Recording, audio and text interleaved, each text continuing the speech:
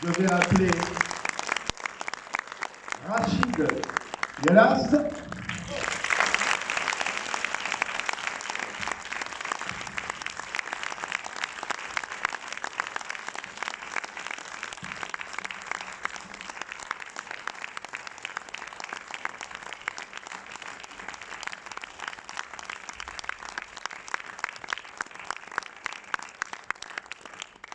MB14.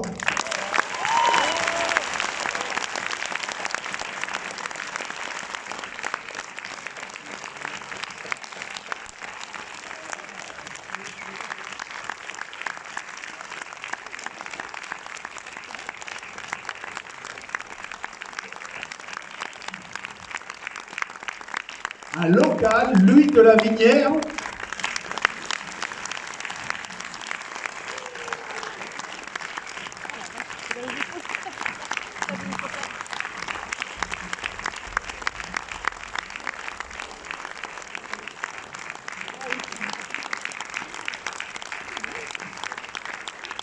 Et bien évidemment, celle que vous attendez tous, Michel Larocque.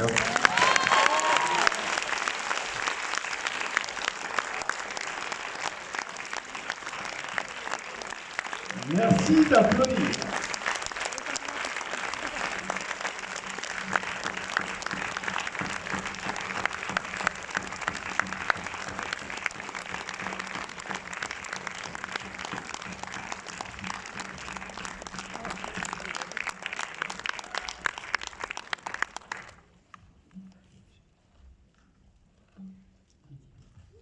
Eh bien, merci.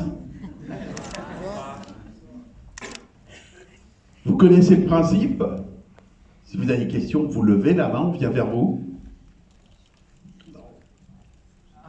Une première question. Déjà, merci beaucoup d'être venu partager ce film. Voilà, on est très heureux de vous le présenter parce qu'on voilà, on a beaucoup travaillé et vraiment merci beaucoup de nous accorder du temps, de partager cette expérience avec nous et de découvrir Michel, MB, Rachid, Louis dans le film. Enfin voilà, merci beaucoup.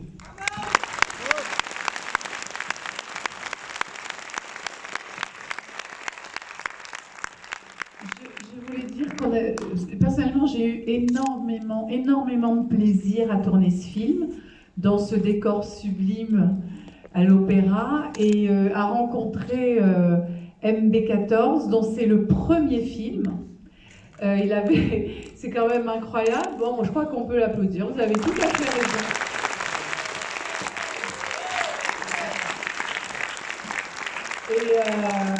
Et je dois vous dire que moi je me suis jamais posé la question. J'avais un tel partenaire.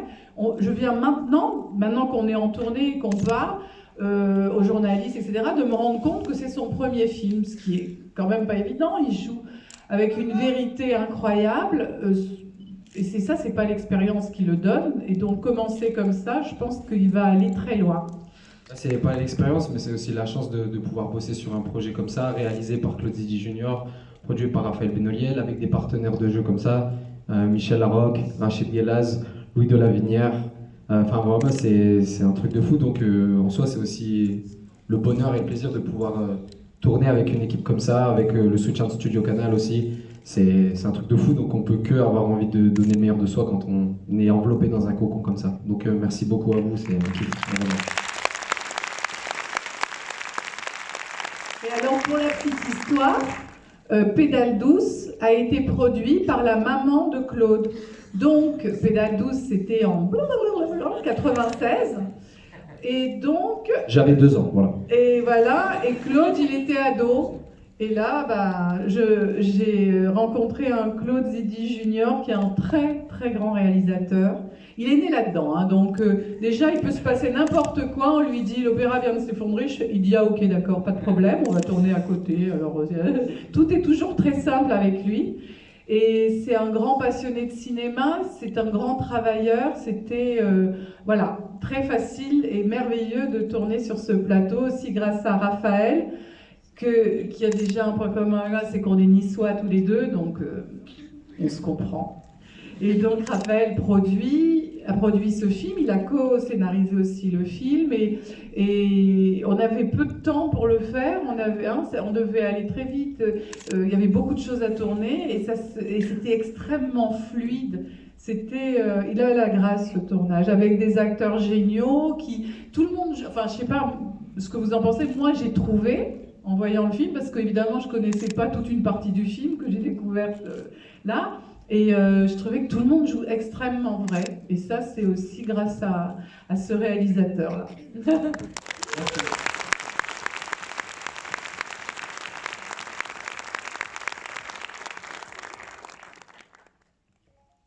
Bon, maintenant vous posez des questions.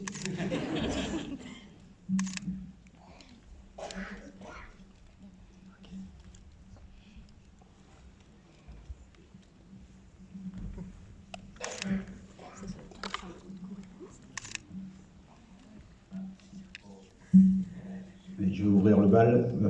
Bonjour, Bravo. merci et bravo à vous. C'est une question au producteur, et parce que je fréquente un peu le milieu du cinéma, et on me dit toujours qu'on ne monte pas un film sur des acteurs qui ne sont pas connus. Et MB14, que j'ai suivi dans The Voice et que j'ai adoré, je suis content de le revoir sur ce film. Et je me dis, en fait, voilà, il y a des producteurs qui arrivent à monter des films avec des premiers rôles, et en plus c'est réussi, donc bravo. Donc la question elle est au producteur en disant comment, alors il y a Michel Larocque évidemment, donc c'est plus facile de monter le film, mais est-ce que le distrib à un moment il vous dit non, lui on le connaît pas, on sait pas comment il joue, donc soit vous changez, soit voilà, c'est vraiment la question. Oui, ça a été ça, faut le dire. Maintenant ils sont très heureux parce que je pense que tout le monde a réalisé que c'était le bon choix, mais ça a été un combat gentil, parce qu'on s'entend très bien avec tous les partenaires, mais voilà, il a fallu se battre un petit peu, et à force de persuasion. Et aussi, en fait, on a trouvé, avec Claude, quand on a terminé le scénario, on voulait de toute façon avoir un chanteur plus qu'un comédien, ou du moins trouver quelqu'un qui soit capable de chanter du rap, de l'opéra, jouer. C'est pas forcément évident sur l'équation, mais ça égale MB14. Et quand on l'a trouvé en regardant The Voice, comme plein de gens, on était assez intimement persuadés que c'était lui, il allait être élu. Et il est là. Et 6 ans après, quand on a pu monter le film, il a fallu se battre, être persuasif. Apparemment, on a bien été, voilà. Mais on a aussi joué le jeu de faire des castings pour demander à d'autres personnes de trouver nous mieux, parce que on a peut-être fait l'erreur stratégique d'arriver dès le départ en disant ouais, on a trouvé la bonne personne, c'est sûr, c'est lui. Et ouais, ça se passe pas forcément comme ça. Donc on a fait des castings, et on lui a fait repasser un casting, et il a joué le jeu de le faire. Et puis maintenant, il est là avec nous, et on est très heureux parce que je pense que le film aurait été complètement différent sans lui. Et bien sûr avec Michel et tous les autres, mais c'était la première étape et on a réussi à passer. Et Michel nous a aidés aussi là-dedans, parce que quand elle a fait un petit essai avec MB, elle aussi a été convaincue dès la première fois. Parce qu'MB, il est formidable, mais il se stresse. Et comme ça faisait 5 ans qu'il rêvait sur ce film, en fait, vous l'avez contacté en 2016, vraiment à la fin finale du premier de The Voice. J'étais à Marseille à la plage avec ma mère. L'été 2016, je reçois un message d'un certain Raphaël Benoliel sur Facebook. Salut, je suis producteur, je m'appelle Raphaël, je travaille sur un scénario, etc. Au début, j'y crois à moitié, parce que moi, ça fait des années à ce moment-là que le cinéma, c'est un rêve pour moi. On s'appelle, on se voit au bureau de mon manager avec Claude et Raph, on discute du projet, et moi, là, immédiatement, je suis emballé, quoi. L'histoire d'un rappeur qui devient chanteur d'opéra. Je pouvais difficilement rêver mieux, quoi. Et donc, on fait des essais début 2017 avec Guillaume Duhem, qui joue Didier, et plus rien pendant 4 ans. C'est-à-dire, j'ai vite fait eu des nouvelles par mail, on s'était appelé vite fait, mais pour autre chose. Et donc, j'ai vraiment attendu. À un moment, pendant 2 ans, j'avais plus de nouvelles d'eux. Je savais pas où ils étaient. et un jour, voilà, au bout de 4 ans d'attente, en fantasmant ce truc, est-ce que ce projet va se faire, est-ce que ce film va exister, est-ce que je serai pas trop vieux pour le rôle au moment où ça va se faire, est-ce qu'ils ont pris quelqu'un d'autre, ça se trouve ils m'aiment plus, ça se trouve j'ai dit un truc pendant les essais. Mais vraiment, c'est des questions que je me suis posées, ça se trouve, je sais pas, j'ai fait un truc. Et je reçois un message fin 2020. Salut, ça va? Et moi, j'avais changé de téléphone entre temps. Et du coup, il me dit c'est Raphaël Benoliel. Et là, quand je vois ça, je me dis ok, il se passe un truc là, c'est chaud. Et donc il m'explique que le film part certainement en production, va peut-être avoir Michel Larocque, peut-être avoir Studio Canal sur le coup. Mais comme il dit, il a vraiment fallu se battre. Et d'ailleurs, tu as été gentil avec moi, parce que là, en parlant, je remarque que tu m'as pas vraiment fait comprendre à quel point c'était chaud pour mes fesses. Et que j'allais passer à côté et qu'il voulait pas de moi. Si, il y a eu un coup de fil au moment. Oui, mais tu m'as dit, oui, mais tu as perdu ta lumière pendant le casting, il va falloir que tu retrouves ton toit intérieur, ta vibration se cosmique. stresse. Il m'a expliqué que là, je faisais la gueule en gros. En plus, j'étais arrivé fatigué, cheveux mal coiffés, barbe rasée, j'étais un schlag. et c'est vrai qu'à ce moment-là, tu m'as redonné un coup de boost. Mais ouais, c'est maintenant, je me rends compte, je suis passé à ça en fait. Et je suis tellement reconnaissant aujourd'hui d'avoir eu la chance de jouer ce rôle avec toute cette équipe, d'être là devant vous en fait pour présenter ce film. C'est vraiment, là, je suis là, je fais le malin, mais je me dis, la vie, c'est un truc de fou. Vraiment, je suis tellement heureux. Donc, merci du fond du cœur à vous tous de vous être déplacés. Mais merci quoi. Voilà, c'est tout.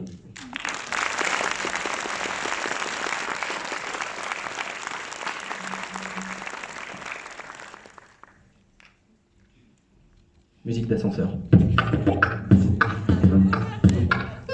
Premier étage. Oh, sorry, it's not the right floor. Vous êtes arrivé. Moi, je voudrais vous remercier de m'avoir permis de visiter l'opéra et féliciter déjà toute la troupe, tout le film, c'était merveilleux, j'ai tiré ma larme. Et puis l'opéra, je le connaissais que de nom, et j'avais un grand-oncle qui était basse à l'Opéra de Paris, Alfred Giraudet, et donc ça m'a remémoré un petit peu la famille, et je vous remercie infiniment de m'avoir fait ce plaisir ce soir. Merci à vous.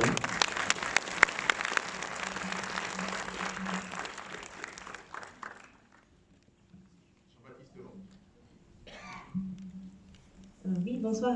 Déjà, bravo à toute l'équipe. C'était vraiment merveilleux. C'était un film magnifique. Voilà, et je voulais notamment saluer la prestation de MB14. Moi aussi, comme beaucoup, je t'ai découvert la première fois sur The Voice, que j'ai regardé tout à l'heure la vidéo Gangsta's Paradise, j'en ai parlé à tous mes amis. Et non, voilà, et du coup, bref, tout ça pour dire que je te suis sur les réseaux et je vois, c'est incroyable ta progression et du coup, je te souhaite juste que le meilleur. Je trouve que c'est une incroyable entrée en matière que d'être dans un film comme ça.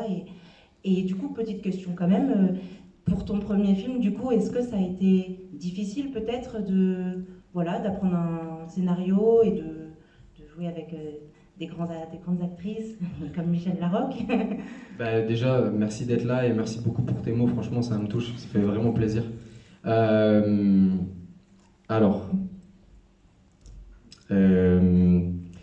En fait, moi, ça faisait longtemps que j'attendais ça. Vraiment, ça faisait des années que je rêvais de ça chaque jour. Je faisais de la musique. Tu me parlais de The Voice tout à l'heure. Mais c'est vrai que j'attendais ça depuis tellement longtemps qu'il y a presque une partie de moi qui s'était préparée à ce qu'un jour ça arrive. Peut-être que ça allait jamais arriver, mais en tout cas, dans ma tête, je me disais... Et donc, ce qui fait que pendant des années, en fait, je m'amusais à jouer, mais tout seul. Chez moi, dans mon miroir, des fois tout seul. C'est des phases de mec seul, quoi, dans sa chambre, à faire des dialogues avec quelqu'un qui n'existe pas, à travailler des silences, des temps, des trucs comme ça. Et ce qui fait que la partie qui a été vraiment la plus difficile, c'était surtout le chant, au niveau de l'opéra. Parce que j'ai eu la chance de bosser avec Caroline Fèvre, qui est chanteuse lyrique et coach vocal. Je sais pas si ça répond bien à ta question, ce que je suis en train de dire. C'est vague, hein. Je digresse beaucoup. Hein. Allez fumer une clope, ceux qui ont pas le temps. Non mais du coup, voilà, c'est le plus gros challenge, ça a été le fait d'apprendre à chanter comme un ténor, parce que ça demande vraiment une technique de pouvoir... D'ailleurs, on a ici un chanteur qui est à l'Opéra de Lyon, qui s'appelle Louis de Lavenir, qui est baryton et il saura vous en parler mieux que moi.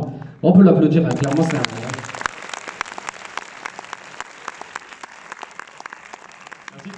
c'est un baryton incroyable et retenez son nom parce que dans quelques années, ça sera une vraie pointure en termes d'opéra à travers la France et le monde, je te le souhaite et j'en suis sûr. Enfin, je crois en toi. Parenthèse. Donc voilà, le fait de chanter comme un ténor, ça demande une vraie technique. Et donc j'ai eu la chance de bosser avec elle.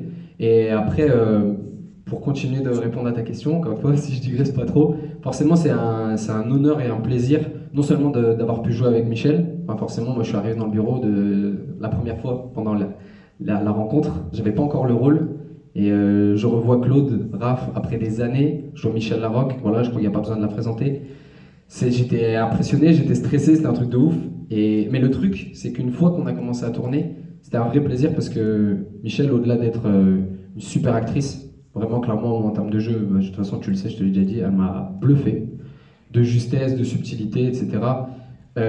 Humainement aussi, elle te met vachement en confiance. Ce qui fait que tu rentres dans un truc de fou, un film, machin, premier jour de tournage à l'Opéra Garnier avec Michel, avec Stéphane Debac, Roberto Alagna à l'Opéra Garnier, enfin c'est là. Mais elle est toujours très bienveillante, un regard très chaleureux, de la complicité, des conseils. Donc autant j'étais... Puis en plus, voilà, on a un réalisateur qui est très... Ouais, très cool. Genre vraiment, ouais, tranquille, casquette rouge, on est bien. Pas du tout stressé, on est à l'Opéra Garnier. Enfin, d'avoir une équipe comme ça qui se soutient, il y a une vraie solidarité. C'est-à-dire j'ai senti que sur le plateau, les gens n'étaient pas là juste parce que faut faire des cachets, il faut travailler, voilà. Tout le monde était là par plaisir aussi de travailler sur un projet comme ça, et donc il y avait une vraie osmose sur le plateau, ce qui fait que moi je me suis senti vraiment comme un cocon avec vous, donc comme dans un cocon. Donc voilà, longue réponse. Merci à toi. Mais pour en revenir à Louis et à tous mes élèves qui sont en face de moi, qui sont tous des grands chanteurs lyriques, moi j'y connais rien. Et je leur expliquais, les yeux dans les yeux, comment ils devaient chanter. Et parfois, j'étais un petit peu gênée. Voilà. Mais il fallait pas trop que j'y pense. Parce qu'ils m'écoutaient vraiment, vous jouiez bien. Ils m'écoutaient avec beaucoup de ferveur. Et moi, je jouais la fille très sûre d'elle, qui leur dit comment ils doivent chanter. Comment tu l'as vécu, ce moment-là? Comme un cours de chant. J'écoutais attentivement.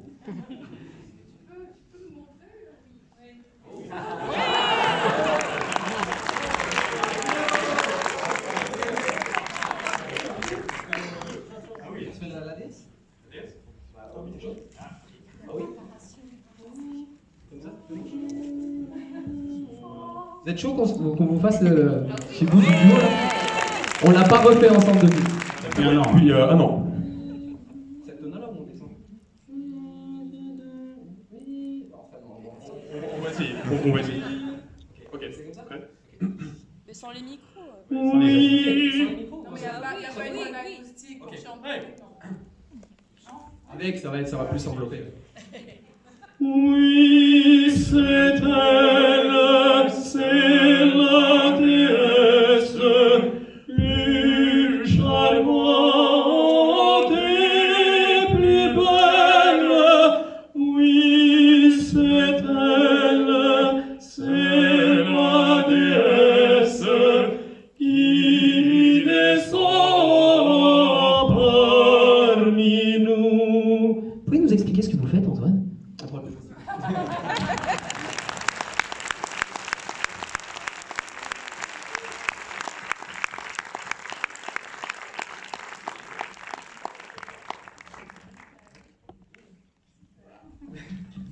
Oui, ils étaient live à chaque fois, il faut le dire. C'est eux qui chantent, ils ne sont jamais doublés. Personne n'a été doublé. Et voilà. Non. Bibé. Bravo, bravo pour le film. Monsieur le producteur, avez-vous loué l'opéra? Oui.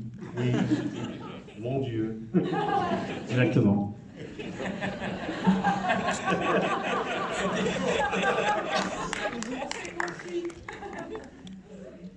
Bon. J'entretiens de très bonnes relations avec eux.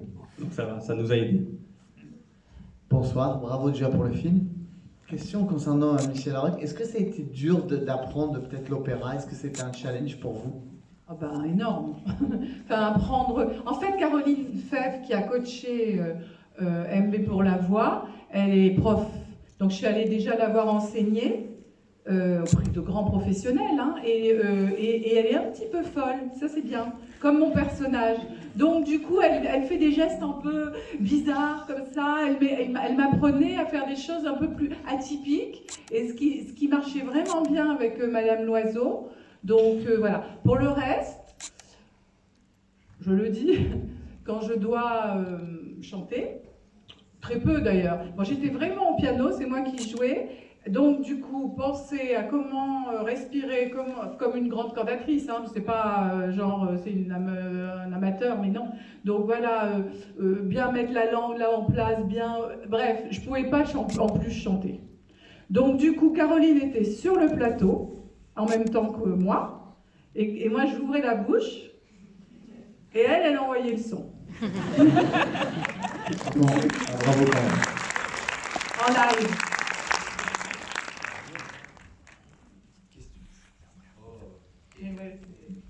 Mais je fais du beatbox aussi d'ailleurs. Ah bah, c'était ça ma question du coup, c'était une petite démonstration de Michel Larocque. Ah c'est en plus je lui ai appris une phrase. Je lui ai appris poste à capuche. Ouais, il faut pas dire la phrase avant. Oh, on attend.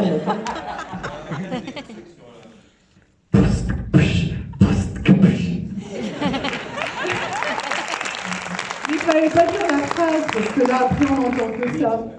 Non, sinon j'avais une question pour Rachid du coup. Est-ce que c'était pas difficile du coup de rester ancré dans l'équipe et dans le film, sachant que je pense que tu as joué uniquement dans la partie cité et pas du tout dans la partie opéra?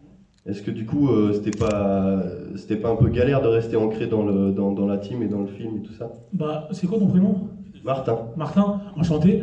En fait si tu veux, moi ça fait 3-4 ans que je fais ce métier maintenant et pour l'instant j'ai fait que des seconds rôles. Et donc du coup, j'ai l'habitude un peu d'arriver, de repartir, de tourner un jour, une semaine par-ci, par-là.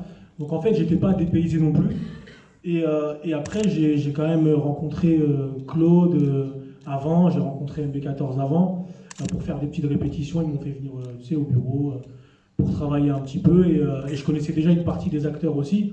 Donc si tu veux, non, ça va. Ça allait. Et puis il y avait tellement une bonne ambiance sur le plateau que tu te sens pas, tu te sens directement chez toi, tu vois. Donc ça va, ça a été.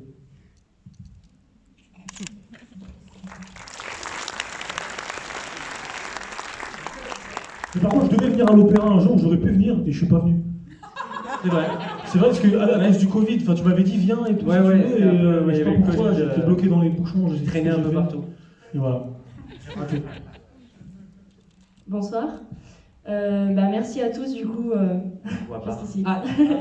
Merci à tous pour le film qui était très émouvant du début à la fin. Bravo Michel Larocque pour ce rôle qui n'a pas dû être simple à jouer. Et bravo MB14 parce que pour passer je vous avais vu en championnat de beatbox il y a 4 ans à Dijon.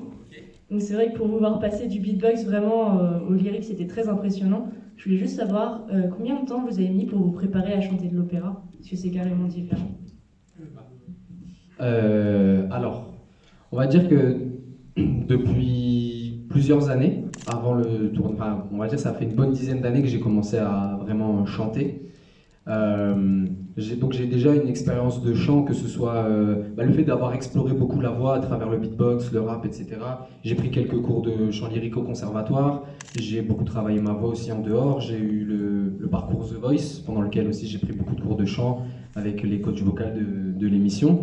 Donc on va dire que j'avais une petite expérience vocale au niveau lyrique, mais pas au point de pouvoir chanter comme un ténor. Et ce qui s'est passé, c'est que encore une fois, j'ai eu la chance de travailler avec Caroline Fèvre, qui est chanteuse lyrique et coach vocal, et c'est vraiment elle, en l'espace de 1 mois et demi, 2 mois, avant et pendant le tournage, c'est vraiment Caroline qui m'a permis de développer la technique, on va dire, de chant lyrique ténor, c'est-à-dire de pouvoir utiliser le diaphragme, le positionnement du larynx, des cordes vocales, utiliser les résonateurs, tous ces petits agencements techniques qui font qu'ensuite on peut chanter devant une salle sans micro. Voilà, comme par exemple, vous voyez dans le film, Roberto Alagna, c'est une légende de l'opéra. Ça fait plus de 30 ans qu'il chante devant des salles de 1500, 2000 personnes sans micro. Ouais, je dis 30, mais c'est vrai que c'est pas loin de 40 piges, quoi.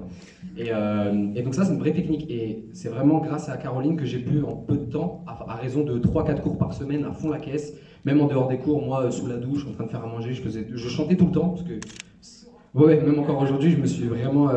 ça y est, maintenant, je me suis découvert une vraie passion pour l'opéra. C'est-à-dire que j'aimais déjà la musique classique avant, l'opéra, les chants baroques, les chants corses, les chants latins du XIIIe siècle, ces choses-là. Mais là, le fait d'avoir bossé sur le film, je suis devenu accro d'opéra. C'est-à-dire même avec Louis, on s'en voit, parce que voilà, Louis est chanteur lyrique, donc c'est vraiment son monde. Et on s'envoie très très souvent plein de vocaux, on parle technique, on s'envoie des vidéos, enfin c'est vraiment devenu une passion, donc c'est vraiment pendant le tournage quoi, à raison de 3-4 cours par semaine pendant 2 mois. Il faut savoir aussi que le dernier morceau, bon bah voilà, vous avez dû le deviner pour la question de la réalisation, c'est du playback, c'est-à-dire qu'on a enregistré le morceau en studio en amont et qu'on a tourné la scène, pour des questions de réalisation, on a tourné la scène sur le playback. Mais la dernière note, le à ce moment-là, je ne la maîtrisais pas. Ce qui fait que on a arrêté le tournage, on a enregistré le morceau en mars. Et moi, jusqu'à novembre, j'ai travaillé ma voix. Et un jour, je l'ai fait chez moi, genre, je sais plus, en caleçon, en survêt, à la maison, parce que j'ai du matos pour enregistrer. Et il me disait, bon, quand est-ce que tu nous l'envoies ta note? Parce qu'on va devoir finir le film, on va devoir envoyer au mixage et tout. Moi, j'ai dit, attends, tranquille. Et voilà, un jour, je l'ai fait chez moi, j'ai fait 3-4 prises. Et donc, j'aurais envoyé la piste. Donc, on va dire, tout le film, ça m'a pris 2 mois. La dernière note, ça m'a pris 1 an. donc voilà. Merci. Les personnes n'y croyaient. Il y avait peu de gens qui pensaient que tu allais pouvoir la sortir. Et même moi, j'étais pas sûr. Mais en sachant qu'un ténor normal qui est en conservatoire et tout, il lui faut à peu près 5-6 ans minimum pour faire ça. Donc, Non, mais il dit ça dans le sens où savoir faire ces notes-là, c'est bien, mais savoir chanter le même morceau de A à Z sans interruption devant un public pendant 1 heure, 2 heures d'opéra, c'est autre chose. Donc en soi, c'est facile de faire des bouts de phrases comme j'ai pu le faire. Merci Louis, t'es un vrai. Merci frérot.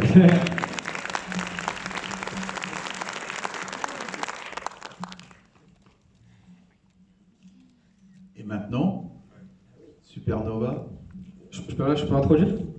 Ouais. Je peux? Vas-y. Ok, alors, tout à l'heure, il y a Martin qui a posé une question. Il faut savoir que Martin, cette année, il a gagné le plus gros tournoi de beatbox au monde. Vraiment. En équipe, avec Middle School, avec un autre beatboxer. Il est plusieurs fois champion de Belgique de beatbox. Il sera accompagné de Jean Beatbox aujourd'hui. Est-ce qu'on peut faire un maximum de bruit pour Supernova et Jean Beatbox, s'il vous plaît?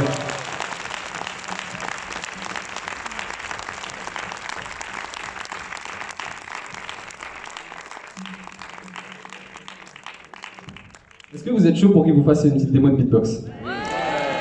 Orléans, est-ce que vous êtes chaud pour qu'il vous fasse une démo? Bonsoir tout le monde. En gros, pour la petite histoire, on est une asso qui s'appelle Mélocratie, on fait du beatbox et je vais commencer par vous introduire mon ami ici qui s'appelle Jean Beatbox. Un peu de bruit pour lui, s'il vous plaît.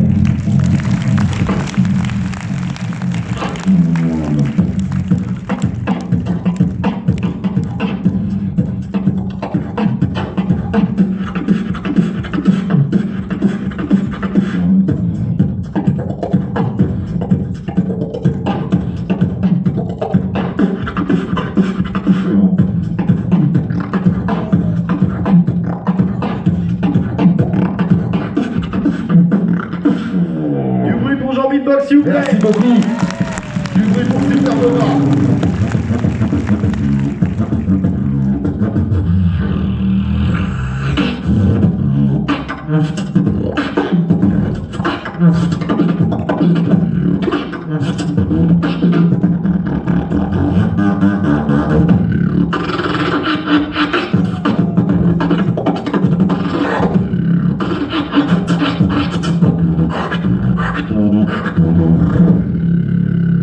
Du bruit pour Supernova.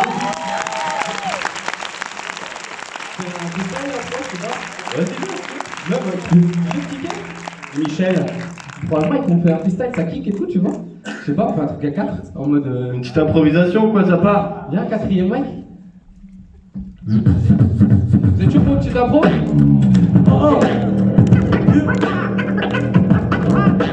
Passez au surgit.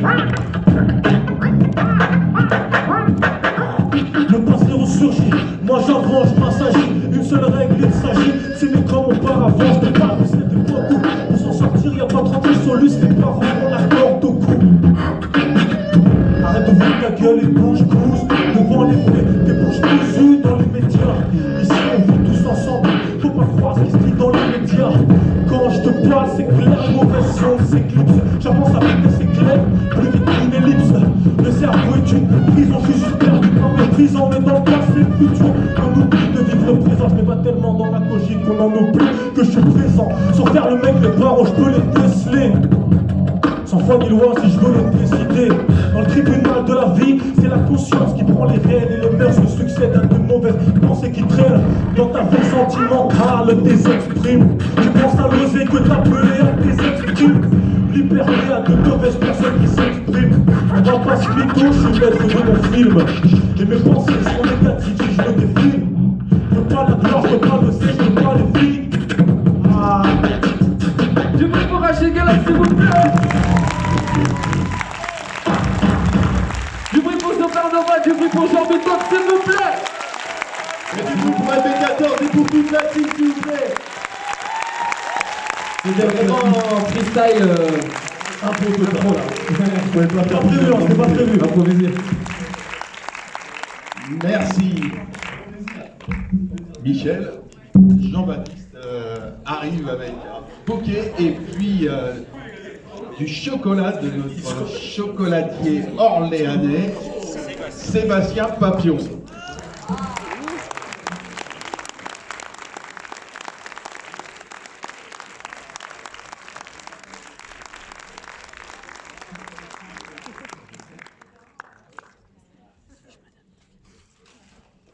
Bon bah c'est bien.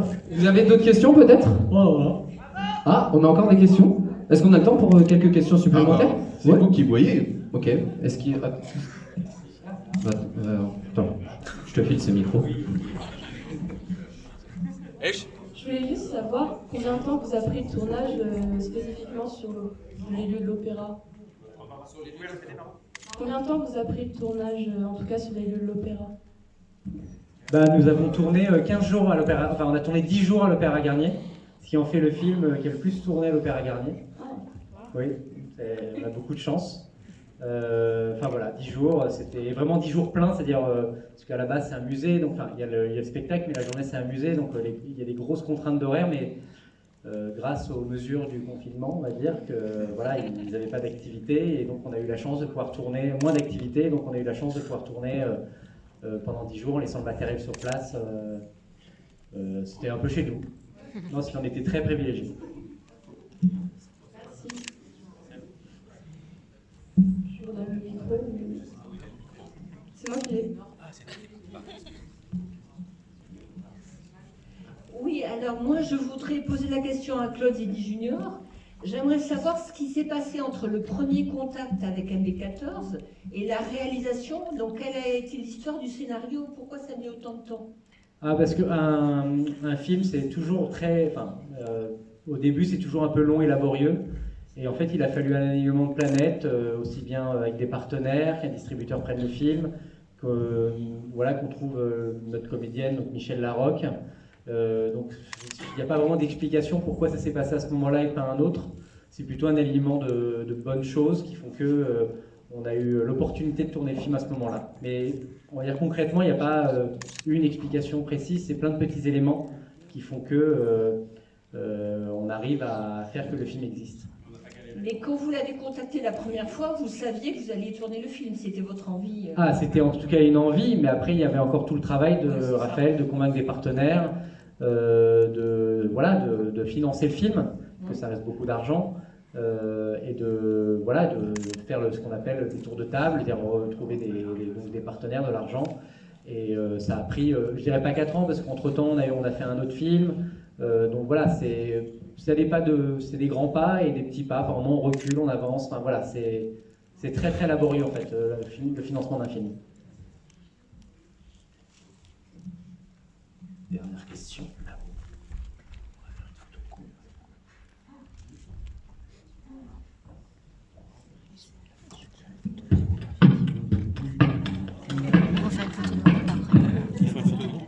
Bonsoir, Anissa. D'abord, merci de faire connaître l'opéra, parce que si l'opéra ne se fait pas connaître auprès des jeunes, eh bien, il n'y aura plus de public. Donc, il y a pas mal d'initiatives. Il y a une très belle initiative à Orléans aussi avec la Fabrique Opéra, et on était très contents de voir Marie Opère, qui est venue plusieurs fois chanter à Orléans. Donc, ma question, hormis de vous remercier de faire rencontrer des mondes pas toutes aussi populaires. C'est est-ce que justement le film aujourd'hui a une écoute et un bon accueil du côté des jeunes et des très jeunes? C'est peut-être un peu tout. Oui, on est très très heureux parce qu'on se rend compte aux avant-premières que le film est très ouvert. C'est pas du tout une confrontation entre le rap et l'opéra. C'est-à-dire que Antoine n'a pas, en fait, n'est pas en train de dire que le rap c'est pas bien ou l'opéra c'est mieux. En fait, donc on n'est pas en confrontation. Et pour l'instant, dans toutes nos avant-premières, on est très heureux de voir un public assez varié, de jeunes, de moins jeunes, donc qui apprécie le film. Donc voilà, pour le moment, on est heureux parce que le film parle à tout le monde.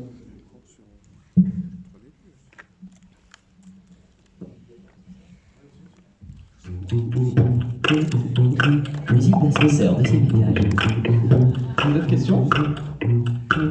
Non. Une dernière question? Non. Bien écoutez, nous vous remercions. Merci beaucoup. Ah, sinon, non? Une photo? Oui. Ok. Alors déjà, encore une fois, merci beaucoup pour votre... Ok. On va se faire une photo. Est-ce que vous êtes chaud pour qu'on se fasse une vidéo tous ensemble après? Si vous pouvez ouais. Bon, on se fait une photo et après ça